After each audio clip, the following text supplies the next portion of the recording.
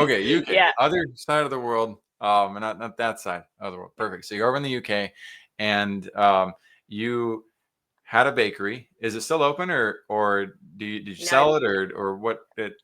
I closed it. So I Okay. closed it in 2 years ago, really. It was quite a, because obviously we had I the don't want the backstory pandemic. too. Let me tee you up more fairly than that, because it's a really No, cool love story, right? And you yeah, went from corporate, from what I understand, or from like employment, to launching this bakery, winning some pretty big awards regarding it. You know a lot about strategy and marketing, which is one of our favorite subjects, because a vision without strategy and marketing is like a haphazard waiting to explode in people's face or never take off.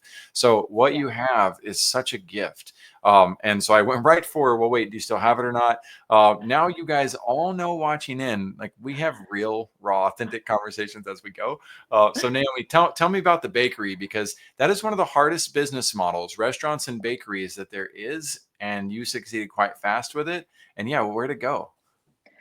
Oh, do you know, it was quite a roller coaster. So I used to, like you said, I used to work in sort of the corporate. I also worked in charity and non-profit, which is a Mhm. really interesting industry to be in from a marketing perspective, because you have to be very creative with very little budget.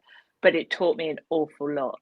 Yeah. And often the things I was trying to get people to support were quite tricky things. So I'd have to turn very technical data into something that would appeal to a wider audience on Mhm. social media and in emails, and tell that story. So that would be what I was doing.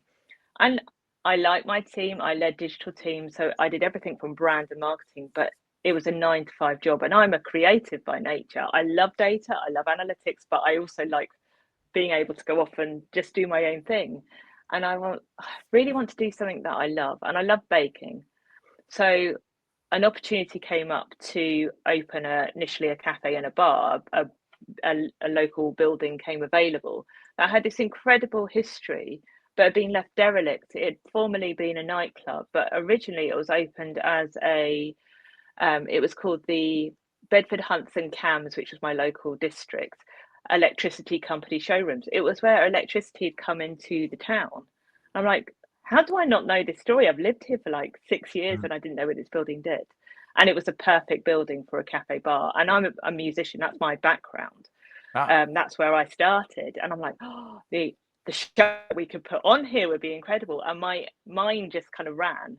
And the idea ran away with me at that point. And I kind of got myself into a point where I committed. So I quit my job and did this.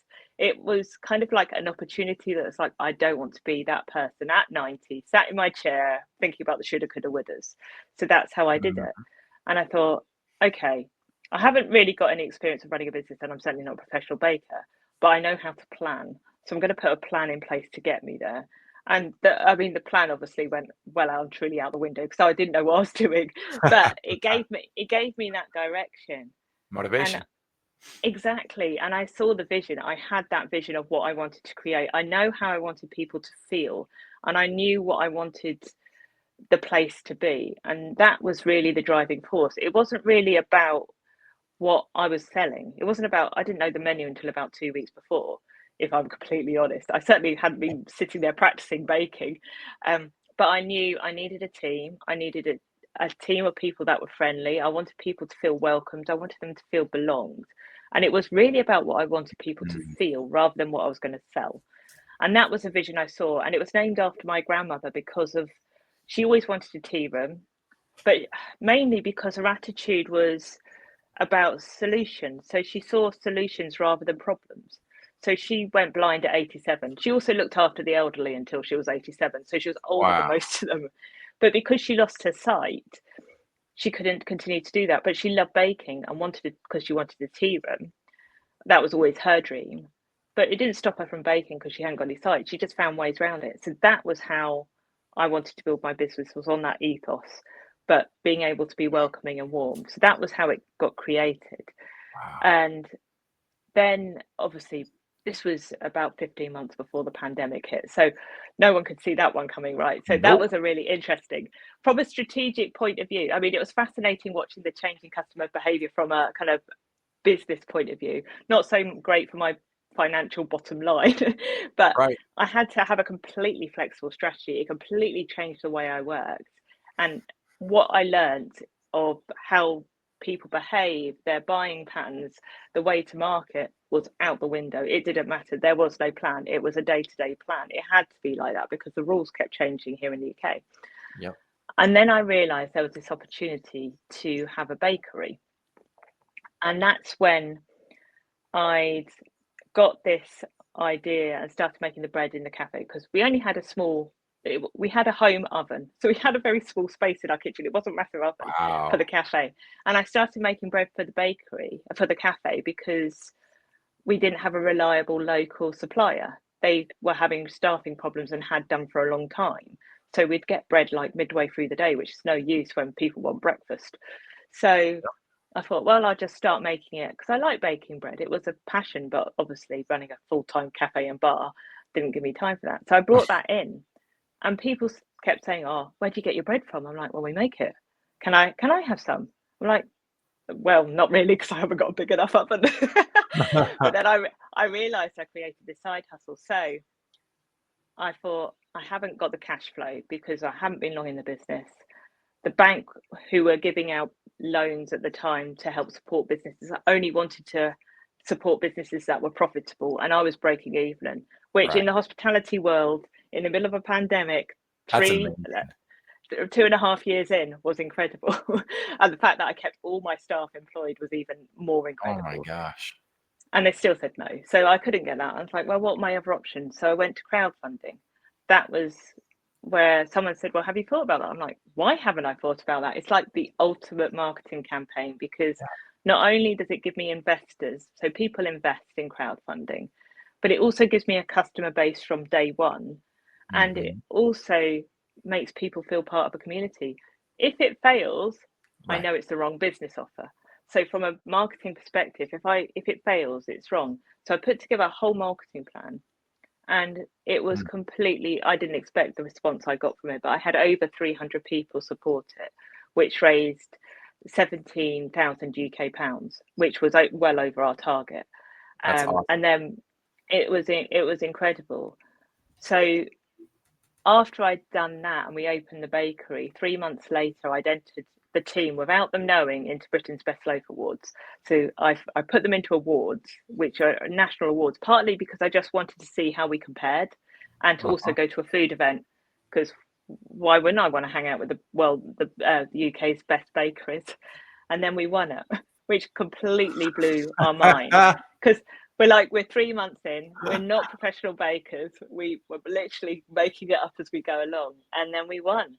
So it was really rewarding to be able to give that back, not only to the team because they'd worked so hard, but to the community that had invested into something.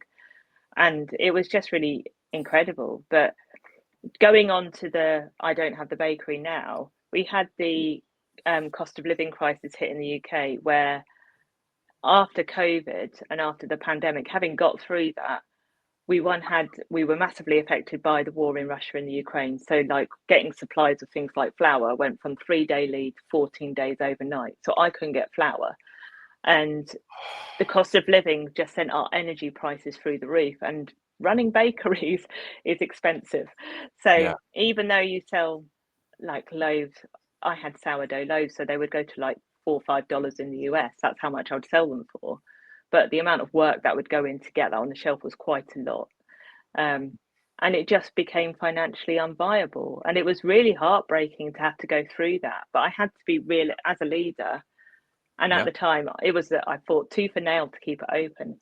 But the customers had changed their behaviors. It wasn't anything I could have done without a lot more investment to completely change the business into maybe going online. But Right. then the location wouldn't have been right.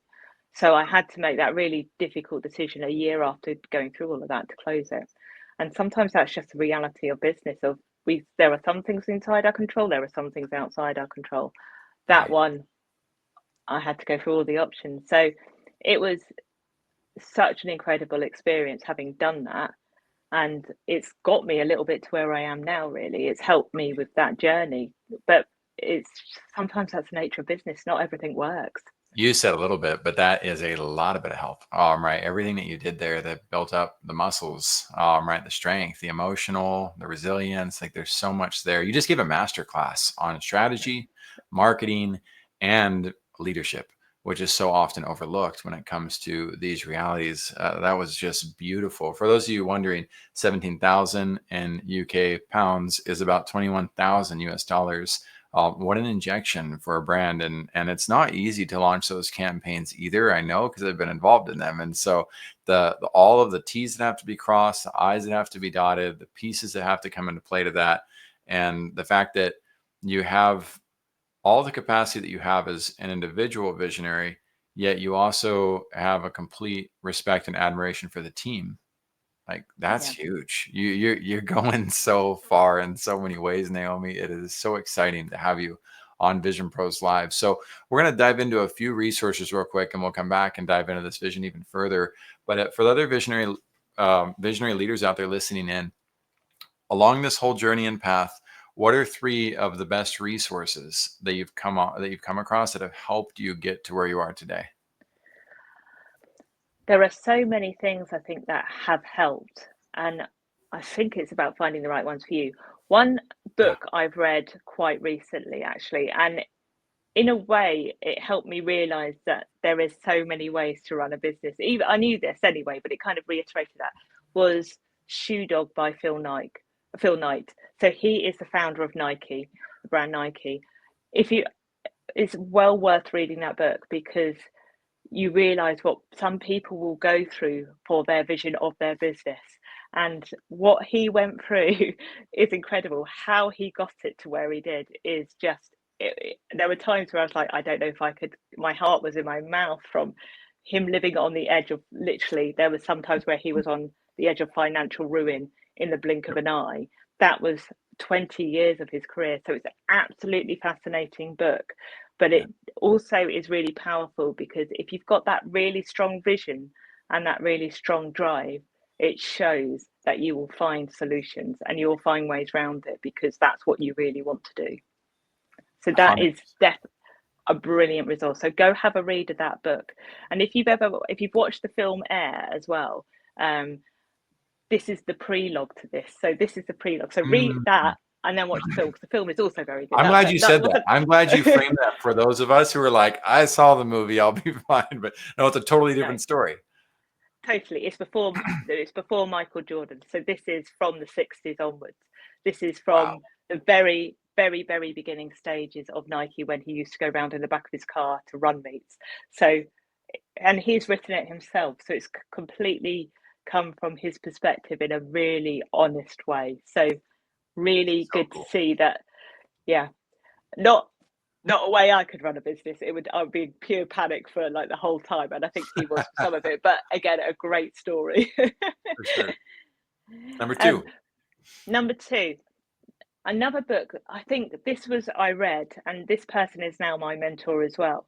I read this book when I came out of having closed the cafe, bar, and bakery, because I was at quite a pivotal moment, and also quite a low moment, because I was feeling like I'd really failed. It was something that I'd not set out to do. Was failure wasn't an option for me, but that was the cards I had been dealt at the time.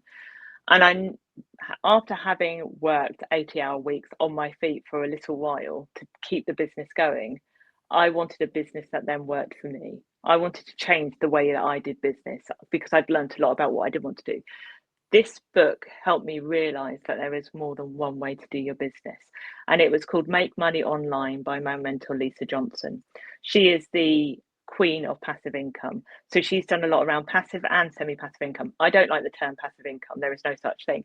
But what it teaches you is you get to choose how much you earn. You just need a plan to get there, and you can do it in the way that works for you.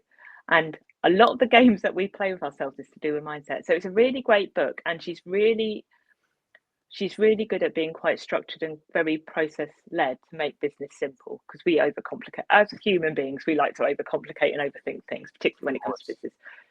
So she gives really simple solutions as to how to do that. I'll play devil's And advocate on that. You and I are the types of people that like to overcomplicate things. I can see that and tell that most people who hear us can understand it too.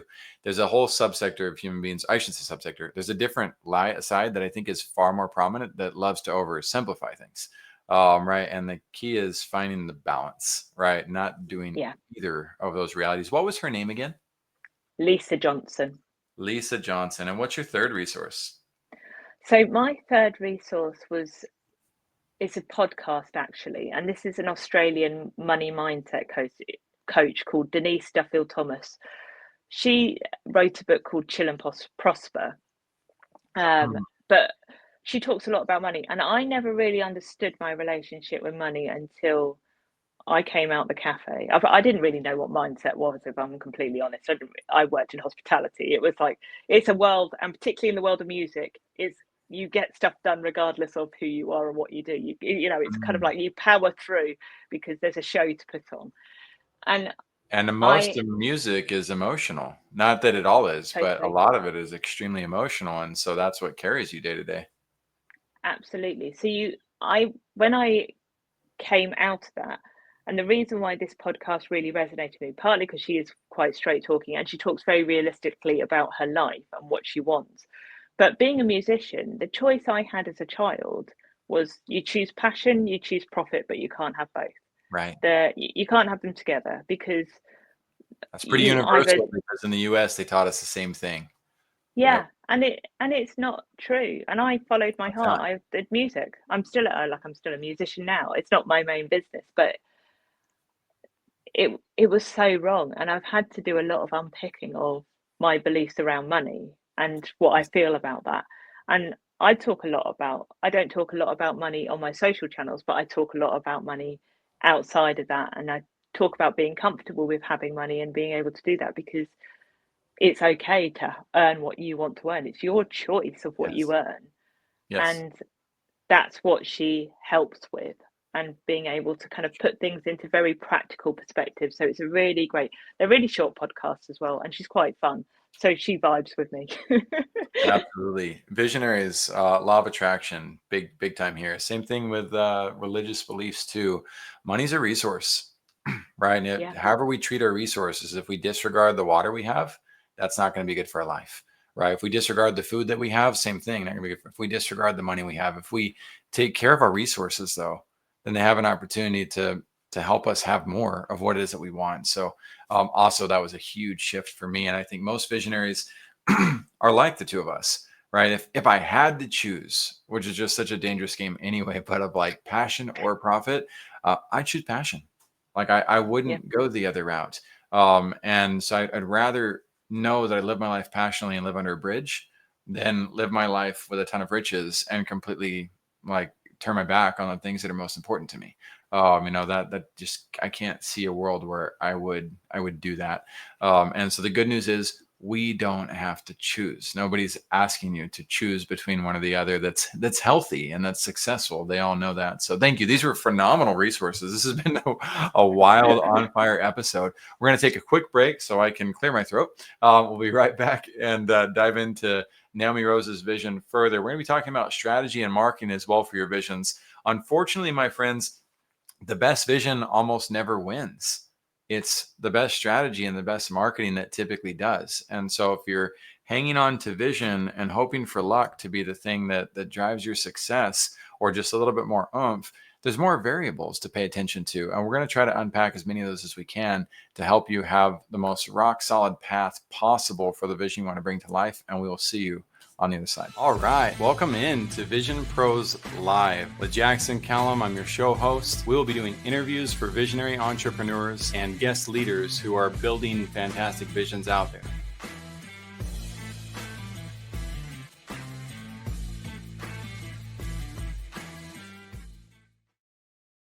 What's up, Vision Pros? It's so good to be back. My name is Jackson Callum, the founder of First Class Business and one of the hosts of Vision Pros Live. I'm so excited to have Naomi Rose on the show today.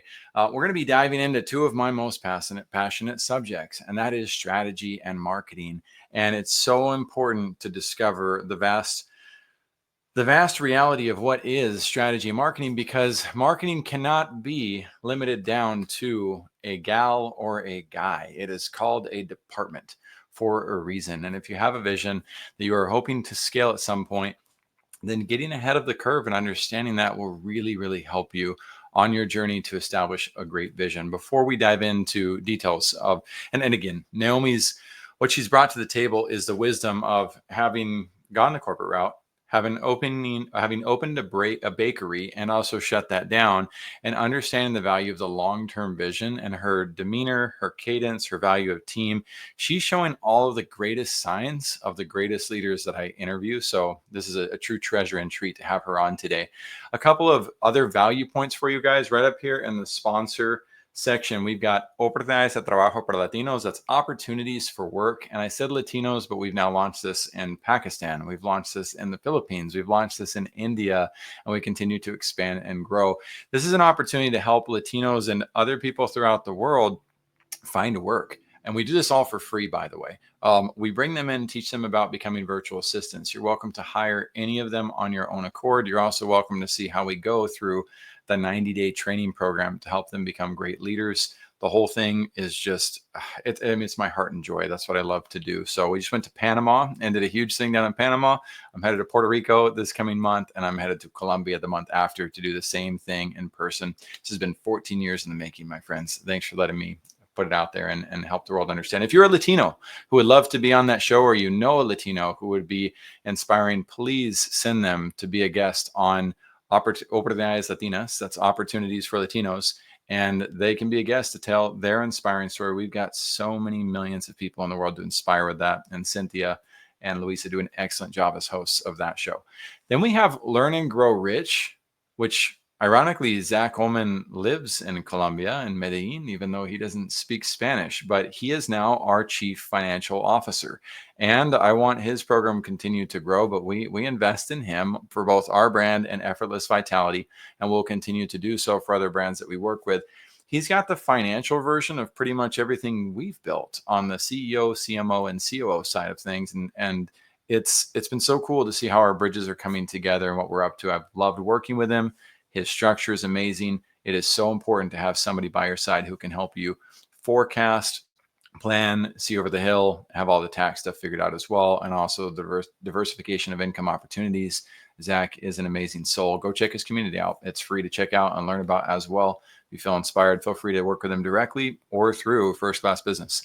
Then there's the Water Project. The Water Project we do not have any affiliation with, but it captured my heart, mind, soul, everything when I learned about it, because I've never been thirsty in my life. Like most of you, I've never been truly without when it comes to hydration. These kids, these people, they do not have access to even a local water well. There are people who have to walk sometimes 3 to 5 miles in order to find a source of water that may or may not be safe. And you can imagine the disasters that creates. You can imagine the challenges that creates and the risks for the family. It also limits their ability to get a stable job. It limits the ability for the kids to stay in school. So when I saw that the Water Project allows us to literally pick which community we want to help and how many people will be helped by that. And then when you contribute, even $5 to $20 to this, they will send you the social media update, or rather pictures, proof, social proof of what happened. Was the sand dam built? Was the borehole well constructed? And you get to see these individuals celebrate water the way my kids celebrate Christmas Day. And my hope is to continue to bring that to more and more people. I hope you join me on that. If there's another cause that is near and dear to your heart, then please don't hesitate to add the cause in the comments so that we can look at it and contribute to it. You never know the ripple effect of what you do. Maybe you're not in a financial position to help, but maybe you can share this with a couple of friends over dinner, and you never know. Maybe one of them ends up donating 10,000 and opening more than 100, of these different communities up to access to clean water. So we got 8 billion people to help in this world, my friends. Let's get after it. It's a lot of opportunity there, and I'm going to get right back to that with each of you by diving into strategy and marketing for your visions with Naomi. Naomi, welcome to Vision Pros Live. Hello. All right. Tell us, Naomi, we talked about the past. We talked about the journey and almost even a little bit of the present, that you work on strategy and marketing to help small businesses with their growth. What's your vision? Where are we going with all of this? Well, I think for me, having had my own business that didn't quite go to plan, it didn't, it didn't end the way I wanted to. But the one thing I did know was strategy and marketing. And I see so many people going into business feeling quite isolated, feeling like they've got an idea of what to do, get a couple of years in down the line and think, I don't think this is going in the right way. I don't really have a clear plan. They come in with an idea. They have got a vision. They've got an idea of what they want to do. They've seen an opportunity, but actually where they miss that knowledge, and it is knowledge and skill, because I have been doing this for 20 years. I have been training for this for a very long time. They then don't know how to do that bit, and it's hard. It is not easy. Running a business isn't all sunshine and Oh daisies. gosh, It no. can be really challenging, emotionally, mentally, and actually physically doing the work. So for me, that's what I want to be able to do, is take everything I've learned from my career and from running my own business and use that to help other people get the businesses that they want. They can have a business that works for them, that they love. We shouldn't have to work in a world where we go to work because we just need to earn the money. I don't want to be that person, and I don't want that for other people. So for me, that's what I'm trying to do, is help give people what they need so they can get to where they want to be. And a lot of that, a lot of it, the strategy and marketing, business strategy and marketing overlap in so many ways. You need both. You Yep. absolutely need both. I see a lot of people have an idea. They might have a bit of a plan, but then they don't do the marketing bit, which is actually 100% essential to do in your business. Word of mouth is lovely, but it's not going to get you a consistent business. And we want sustainability. We want to be reliable. We want to build businesses that are strong, that can help us get to where we want to be, so we can have the lives that we want. And we have the fortunate to do that. So I often help people figure out what it is that need what, and often Here's a what secret, the Rose. I'll give you a secret, all you visionaries out there. If you ever hear somebody, even yourself, you're going to hate me, those who hear this, say, well, we grow through word of mouth. We grow through referrals. That is somebody whose blind spot is marketing. They are terrified of marketing. They don't want to talk about marketing. They're just using that as a buffer to escape marketing conversations. And that silo is going to 100% stranglehold and cinch their ability for growth. It is not saying that it's not important, but most of the time when people bring that phrase up, it's because they're trying to shut down or avoid conversations about marketing tactics or marketing campaigns that they don't want to pay for, don't want to do because they've been burned too much in the past, or they haven't figured out in the past. They feel like they wasted money on stuff. But while word of mouth is important, if you're using that as a shield to get yourself out of conversations regarding growth, that only exposes your weakness. So I'm with you 100% on that reality. No, business is not easy. As an optimistic realist, 96% of businesses fail within 10 years, 4% barely survive. And we can get to the strategies of growth that work, but we have to be able and willing to talk about it. So I love that you serve people on that niche. You've got a theory on this. You've got not just a theory, you've got a very simple map. The tech people will love this. The non-tech people will still love it too. They just won't understand it as much. But I see what you did here with API. Let's talk about your version of API: audit, plan, and implement. What a brilliant reality. Let's walk through that. Yeah, well, I came up with it because my background, I've been doing marketing. I also went into digital. It was kind of by accident, because when I first went into marketing, I was the only person that understood online and tech. So, and it was also at the era where social media was just appearing on the scene. Not showing my age, but that was when I started. So I started at a very infinite stage of when social media, and I could see the opportunity social media had for marketing, because it was going to change how we did marketing. Suddenly it became from broadcast to conversational, and we had to learn how to listen and communicate in very different ways with our customers to understand their needs and wants, which was a massive resource because we could get smarter with our marketing. So that was where I started. Huge. So hence so I then got everything to do with digital basically from there on in. So whether it's website, email, anything like that, it came through me, and I ended up heading up digital teams, which, as a digital leader, you tend to manage everything from content through to brand, through to training staff, through to digital transformation. So you do an awful lot. That's where the API method came from. So that was a play on the words of API, which is a system within digital. So Yes. API stands for audit. So we've always got to know where we are right now. Where are we now? Because unless we know where we are, we don't know where we're going to get to. So we Yep. need to be real honest with where we are right now. So that is the first part of our method. So when I work with people, I start with, right, let's get into the nitty gritty. What's going on right now? Let's get it all out on the table, because once we know where we are, I can get an idea of where we can go. Auditing Which is takes, huge. And if it any of your is. marketing strategists, your agencies are skipping that step, you are diving in with the wrong type of yes man or yes woman. And auditing is critical. I'll give one tiny example on that. Nautical Dental back in the day, I went in, I audited what they were up to. They had billboards, they had snail mail newsletters, and they had a social media manager who was doing custom posts. The social media manager's personalization and custom posts, when looking at that report, led to a whopping 3 new likes and a grant in a month. No, it was 2 new likes and a grant in a month. There was 3 others who were part of the team who were continuing to like. And I said, look, I can go around this office building right now and gather you likes. All you got to do is pay me $350 per like, because that's what you're paying right now for these social posts that are absolutely wonderful looking, but garbage from a strategy standpoint. And so auditing, they then had $700 they could commit to other important growth mechanisms.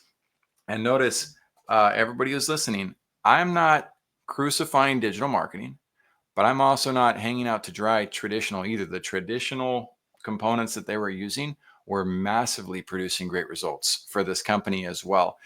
We can't oversimplify this. We've got to work with people who understand how to audit, who understand how to evaluate, and then understand how to plan and implement. So I love that you start with audit. I wish more people, Naomi, would Yeah. focus on that. Please continue on with audit, or feel free to jump into plan. Yeah. Well, with the audit, the other big thing that I spend more time talking about is who the people are we're talking to, who are the Mhm. customers, who are going to buy from us.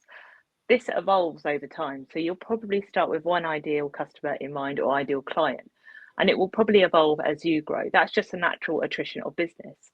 Yeah. But you need to know who they are, because if you don't, you're talking to Right. nobody. You're going in the wrong places. You can't get a real clear idea of what you should be doing. And a bit like you're saying, you got 2 likes, but that's probably because they were talking to the wrong people in the wrong places. So part of Well, they that audit just process. they weren't understanding that Facebook does not have a reach mechanism for businesses, and it's not Yeah. designed to. It's meant to retain an existing audience that already loves the brand, and so the reach out mechanism is advertising. And advertising has its own reality of, like, people don't want to talk about it, but in reality, it's like the Kickstarter campaign. If you want to know if you have a good offer, put it in front of people who are supposed to hate the offer. Right. If they like it, that's a really good sign that your warm market will like it too. I do want to touch on your point here. So there's this thought process of who, and like who you're reaching. I agree with it. We used as a big piece of what we did at videopower.com, and running some of the most viral video ad campaigns of all time. However, I will caveat that with, we never ran campaigns for companies that weren't already incredibly well established at Video Power. And the reason why I mention that is, a lot of you have opened business models where you're not really fully committed to the business owner or business model yourself. You're doing it because of some cerebral reality. And yes, you can find the demographics and the psychographics of that. But my hope is that as you get ready to audit the audience, that whoever's working with you also audits, are you in the right business? Right? Are you actually fully dedicated to this process? And we can talk more about the audit of who if we want to, but the I'll also lead with Nick Therio, Facebook ad guru. He spent 10 million last year on Facebook ads, made 100 million. I'm a huge fan of his work. Him and I both believe very strongly that don't outsmart the AI algorithm or your own intuition. You know who you're designed to serve, and the AI algorithm will get you in front of the right people if you have the right ad. If you do not have the right ad, you will not reach the right people. But I'm definitely open to psychographics, demographics, and other things, Naomi. If you have some pieces you want to put into that, if not, we can move to plan. Your call. Yeah, no, completely. Because when you understand your client, you know what's going to resonate with them, you know what stories to tell with them, and you know how to connect. Ultimately, people buy from people, or they buy from brands that they resonate with, they connect with. Mhm. So they aren't looking for products or services, they're looking for solutions and outcomes. So we have to understand who the people are and the problems they have, or the needs that they want to be served so that we can get there. 95% buy based on emotion. 95% of the decisions we make are based on emotion, and then we back them up with logic. That is the key thing when it comes to understanding how we market. We're not selling ideas, we're selling feelings. So it's about what we make people feel, not what we're selling to them. So I would agree where with we that have with to. General pop for sure, 100%. However, those of you who are visionary leaders leading other leaders, I would actually say it's dead wrong. But here's why. I don't buy things based on pain or pleasure because I have an elite mentality. That doesn't mean that I'm an elitist. Doesn't mean I'm better than people. But LeBron James, if somebody comes up to LeBron James and says, "Hey, don't do that workout. That's going to hurt you. You know, you're going to feel a lot of pain regarding it," he's not going to want them in his life. Two, if they come to him and say, "Hey, have the pleasure of ice cream today," he's going to say, "No, I don't need the ice cream right now." Why? Because he's driven based on purpose. And people who are driven based on purpose, they have an automatic red flag sensor for anybody who's manipulating pain and pleasure in their life. And so feelings then, if you want to offend a doctor in your advertising and you're trying to get doctors to your workshop or something, put one exclamation point in your ad. You put one exclamation point in your ad, you're toast. You ask one leading question, you're toast. You're not going to get into their heart and mind. So the tactics, the emotional intelligences that exist, they're a little bit more vast than just the idea of pain and pleasure. I highly recommend considering purpose, and perhaps there's other mechanisms as well. But I think it goes back to your bigger point, Naomi, which is we've got to do enough to connect with that audience, right? And know, well, wait a second, what does that audience actually look for? And I love that you turned, for instance, in your story to the bread competition, because that was a brilliant way of getting in front of the whole audience and your competition at the same time. And like, I was like, oh my gosh, that is such a cool idea for market research for up. Yeah, absolutely. And sometimes it is about thinking outside the box as well, and how we kind of get out there. So that kind of leads on to the plan section. That's where from audit we go into plan. So once we know where we are and we get an idea of who we want to help and what we want to do, or who we want to serve, we need to put that plan in place to get there. So we kind of covered this a little bit by talking about some of the tactics, but this is about the plan. You need a plan. I mean, it doesn't have to be a long plan. It could be on a post-it note. But if you don't know where you're going, then you're never going to get there. That's the thing. We will end up floating without really any parameters. So having that plan gives you a framework. I know the majority of the time, the plan you set out at the start isn't the plan you end with.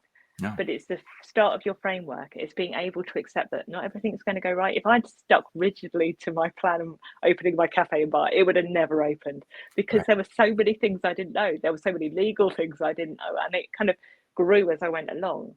But I knew the timelines. I had that framework, and that's what I help. When I see really successful businesses, they all have plans. They all have a plan to get to where they want to do, and they know quite clearly, but they also monitor what they're doing. So this kind of goes then into the next section. I'm going to support you on this though, real quick, because all those businesses have plans, but the key is the person who hates plans is not the one who created the plan, right? So Henry Ford did not need to create the plans for the growth of his company. In fact, he needed his mind free to be a visionary.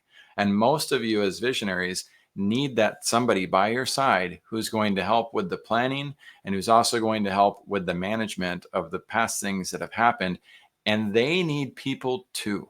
You're not going to be able to win at scale in most cases as a solopreneur. I've never met a solopreneur who is successful, ever. I've met a lot of pretenders. I've met a lot of people who say they're doing well and then fizzle out and fail. But I have not met that unicorn who can do it all by themselves.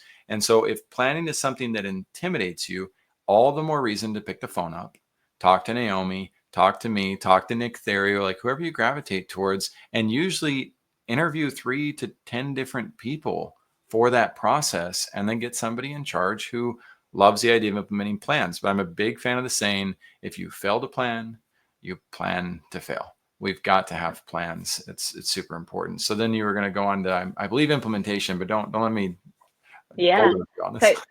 but I think you're right. I mean, I'm going to kind of reiterate that point because recognizing our skill set is so important. We need to know, as our role as a leader, what we play in our business.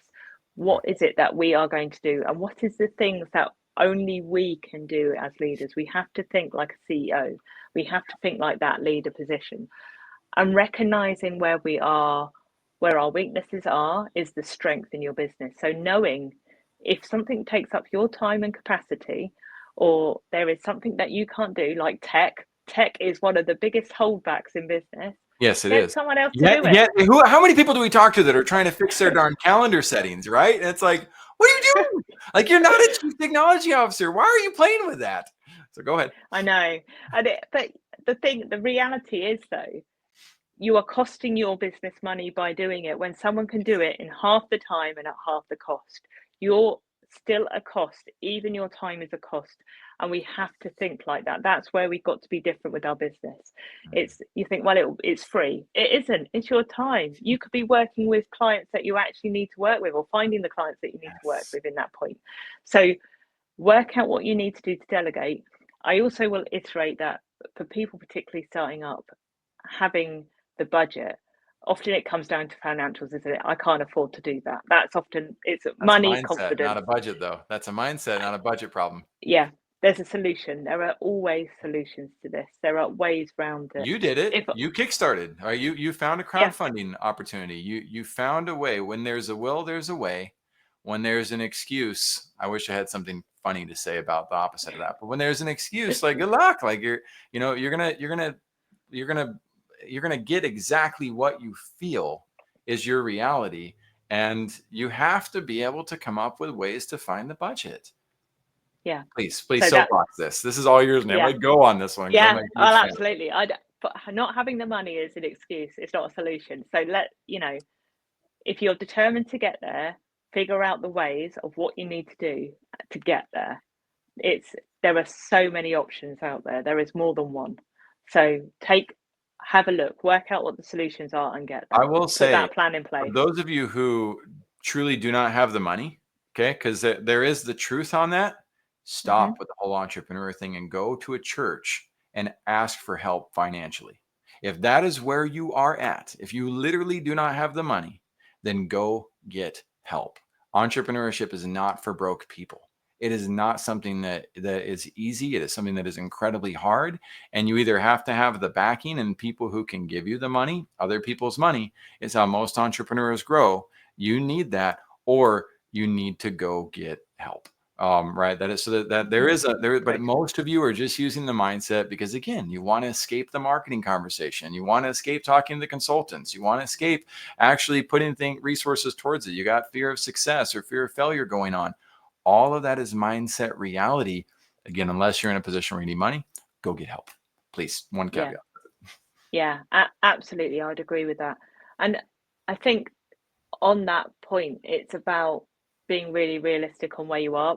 Business is not a quick win. No. You're not going to get the journey from getting clients is longer than you think. You might get lucky and get one very quickly, but Mm. business growth is a long-term game. We're not here for the short-term wins. Sometimes, yeah, we can get those. They are great, but they're also The probably problem not with the going to be luck, right, is the it. downfall is tragic. Yeah, Oh, I'm right. and And then we it's like, woo.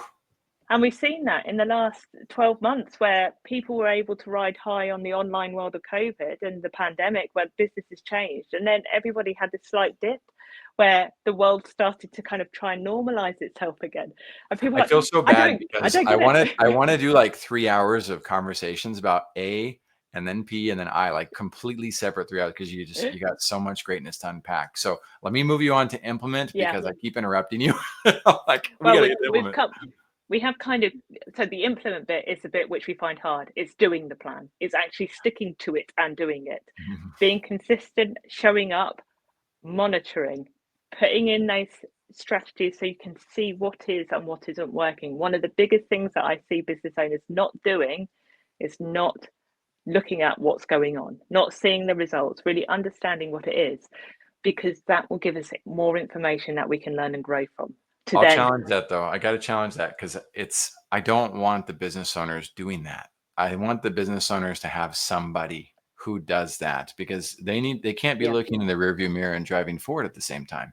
Right. But you have to have somebody who does it. I see a lot of entrepreneurs, they move forward on the marketing plan, but then they turn around and spend their whole time looking at, well, wait, what has the team done? Why hasn't the team done this? Right. And they lose their leadership capacity. They lose the ability to inspire the team, because now they're micromanaging versus allowing the plan to move forward and flow, and they're not paying attention to where they're going anymore. So I'm going to go back to the delegation principle of, if you've hired a team and you feel they are the right team, then for heaven's sake, trust them to do their job according to the timeline.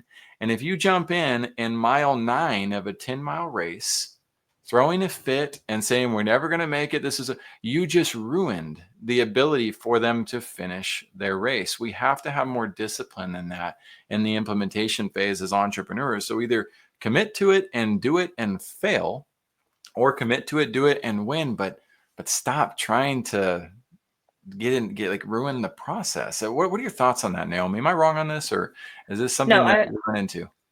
I absolutely agree that delegate and let people do their jobs, but what I would say is think about how you're going to check the data. So when I'm talking about seeing what's working, you need to know what's not working and what is working, because you are the visionary. So if something is working, then you need to figure out what's the next step. So API kind of goes round in a circuit. We need to keep doing it quite regularly. Yes, So well said. we don't need to do it daily. We need to put it in. So when I'm talking about monitoring, I'm not talking about the nitty gritty every single day. I'm talking about what's the top level report? What does that tell us? What's not working? What is working? What do we need to refine? Let's evaluate, and then we can get it better. That's where I come. That's what I think. So delegation, absolutely. Let people do their jobs. Also, newsflash, you might not be the best person to know how to do that job. Correct. I'm not. so Yes. let the biggest mistake I've ever made is interfere in what my team are really good at. Yes. I love that. It is so, and I know a lot of you starting out were like, well, it's just me. Why not start it by changing that mindset? Instead of saying, oh, I have to start this alone, right? You have an opportunity to say, wait, I can start this with people. Right? You don't have to go to McKinsey and Company and pay $20,000 for a consultation. I'm not saying you shouldn't. They're probably good at what they do. I'm not saying you can't go to Virgin Startups. Right. And feel free to look it up. So at least you know what paths are available to you and see, okay, they take on 100 applicants every quarter. Maybe you qualify for Richard Branson's team to work with you. I mean, I would do it. Like that's a great team to potentially work with. But you have Naomi. Again, you got us. You got all sorts of opportunities out there. And if you evaluate well on the front end, right? If you audit the person that you're trying to work with, and then you plan well with them, and they come up with a great implementation plan, then of course let them implement. And that's where I see so many entrepreneurs go wrong, is they bring somebody in who had a yes man nature and they didn't audit well.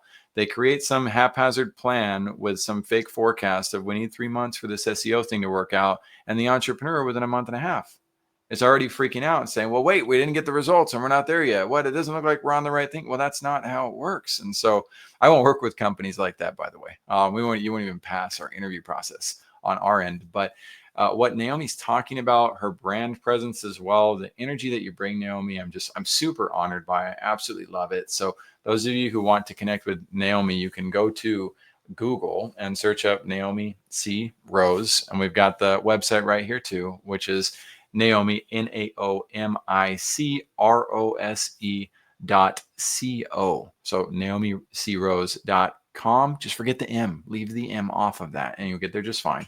And you can have a strategist helping you in this process of building a vision. Where there is no vision, the people perish.